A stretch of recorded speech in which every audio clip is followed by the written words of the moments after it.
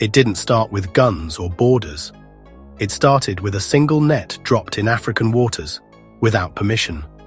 This act, repeated for decades, marked the beginning of a new kind of dominion, not of land, but of the ocean's lifeblood.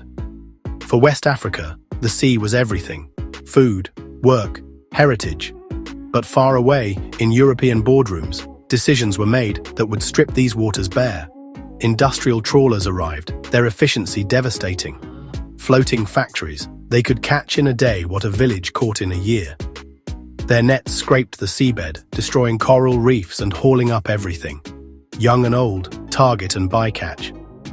The EU's Sustainable Fisheries Partnership agreements promised partnership, but the terms were lopsided. Payments were a fraction of the fish's true value, and enforcement was weak. Local fishermen watched their catches shrink, forced further out to sea for less reward. Fish, once a staple, became scarce and expensive. The ocean, once a symbol of abundance, became a source of anxiety. The distant hum of trawlers was the sound of their future being hauled away, one net at a time. The silent invasion had begun, and no one had asked for it.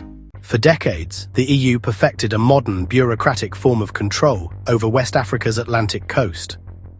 Through a web of agreements, European fleets gained access from Mauritania to Angola, always on their terms.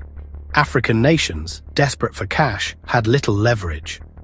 The EU's industrial fleets, armed with advanced technology, outmatched local fishermen. Bottom trawling destroyed habitats, ensuring recovery would take generations. The EU paid for access, but the value of fish taken far exceeded the fees. Little was invested in local industries or technology transfer. The model was extractive: take the resource, process it in Europe, and leave little behind. This created a cycle of dependency and depletion. Governments relied on the deals, even as fish stocks vanished. Local fishermen were pushed aside, their livelihoods eroded. Europe's quiet dominion, enforced by contracts and quotas, emptied the sea and dimmed the hopes of millions. The ocean's bounty was being siphoned away, and with it, the future of a continent.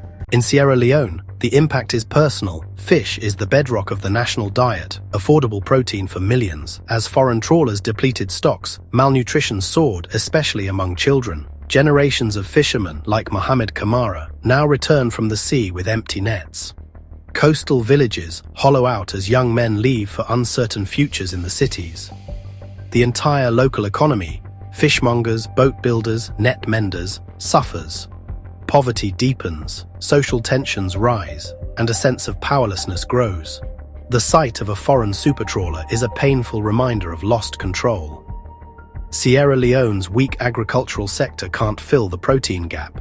The nation's health is tied to the ocean. The EU's policies, framed as partnership, have exported fish and imported hunger. The human cost is immense, a quiet tragedy unfolding in kitchens and clinics. For Sierra Leone, the ocean's decline is a daily crisis.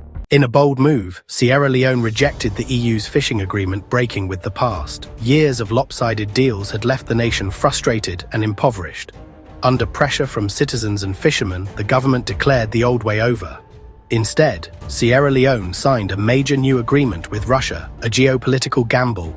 Officials claimed the Russian offer promised not just access fees, but real investment modernizing the fishing fleet, upgrading the port, and keeping more value at home. The deal was framed as a partnership for developing the nation's blue economy, not just selling access. This shift signaled a new confidence. Sierra Leone would no longer accept crumbs. By choosing Russia, the country sent a message: historical dominance is not guaranteed. The stakes were high, and the nation held its breath. The Freetown-Moscow Agreement is more than cash for fish, it's a multifaceted investment. Russia pledged new, advanced vessels flagged to Sierra Leone, giving the country its first real shot at deep-sea fishing. Plans include overhauling the port of Freetown, building cold storage and processing plants. By processing fish locally, Sierra Leone can create skilled jobs and export higher-value products. Russia also promised patrol boat surveillance tech and training to fight illegal fishing, a major regional drain. Scientific cooperation is part of the deal, with joint surveys to set sustainable catch limits. On paper, it's a holistic partnership building capacity, protecting resources and respecting sovereignty. The contrast with the EU model is stark. But will the reality match the promise? Sierra Leone is betting its future on the answer. Russia's interest in Sierra Leone's fisheries is no act of charity, it's a calculated move in a global chess game. Isolated from the West, Moscow is pivoting to Africa, seeking influence and resources. Securing a foothold in West Africa challenges Europe's dominance and opens new markets for Russian corporations. Every port built and ship delivered strengthens Russia's soft power and diplomatic leverage. This echoes Soviet-era tactics, offering partnership without Western lectures on democracy.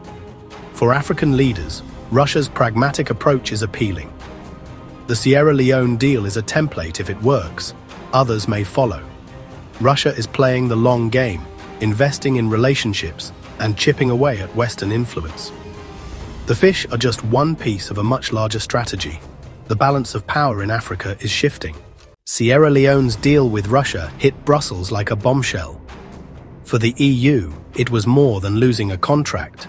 It was a public rejection of its role as Africa's primary partner. Officials were caught off guard, some dismissing the move as reckless, others expressing regret. Behind closed doors, anxiety grew. A major rival had stepped into Europe's backyard. The rejection forced the EU to confront long-ignored criticisms of its fisheries agreements. Reform advocates gained leverage, demanding fairer, more equitable partnerships. Other West African nations, emboldened, saw that alternatives exist and began pushing for better terms. The door Sierra Leone slammed shut echoed along the coast. The EU must now compete for access, not just with Russia, but with China and Turkey as well.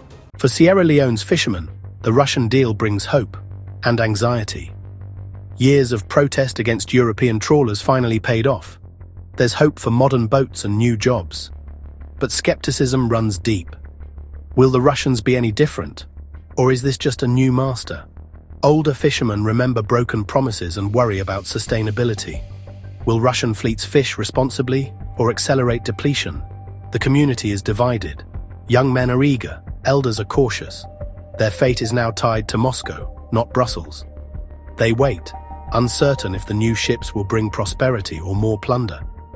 Their hopes and fears rise and fall with the tide. The future is a gamble, and everything is at stake.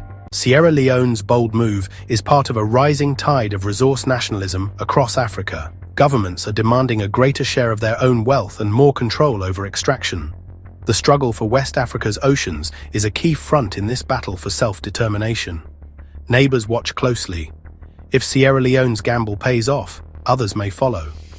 The era of Western dominance is over. Africa can now play rival powers against each other. This is about more than fish. It's about freedom and sovereignty. The fight for the ocean is a fight for the future. Africa is no longer content to be a passive supplier. This is Insight Africa, where even the ocean must bow to those brave enough to own it.